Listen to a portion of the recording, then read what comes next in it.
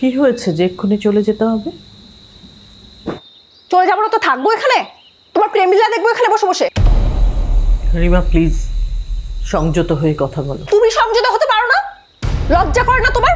চেনা নাই জানা নাই একটা আধবুড়া লোকের সাথে প্রেম শুরু করেছো। ছি ছি মা, এই বয়সে তোমাকে এসব মানায়? আমি ভাবতেও পারি না তুমি এসব করতে পারো। এসব তো শুধু ছেলেমেয়েরা করতে পারবে,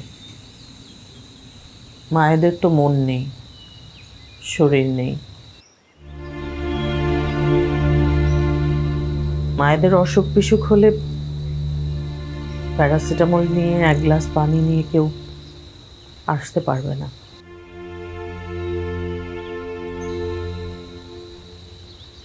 পাহাড়ের টিলায় বসে কারোর সাথে পা ঝুলিয়ে এক কাপ কফি তো কেউ খেতে পারবে না। এসব তো শুধু সন্তানরা করতে পারবে। এটাই হয়ে আসছে, এটাই নিয়ম মা। নতুন করে আকাশ থেকে পড়ার নাটক করো না।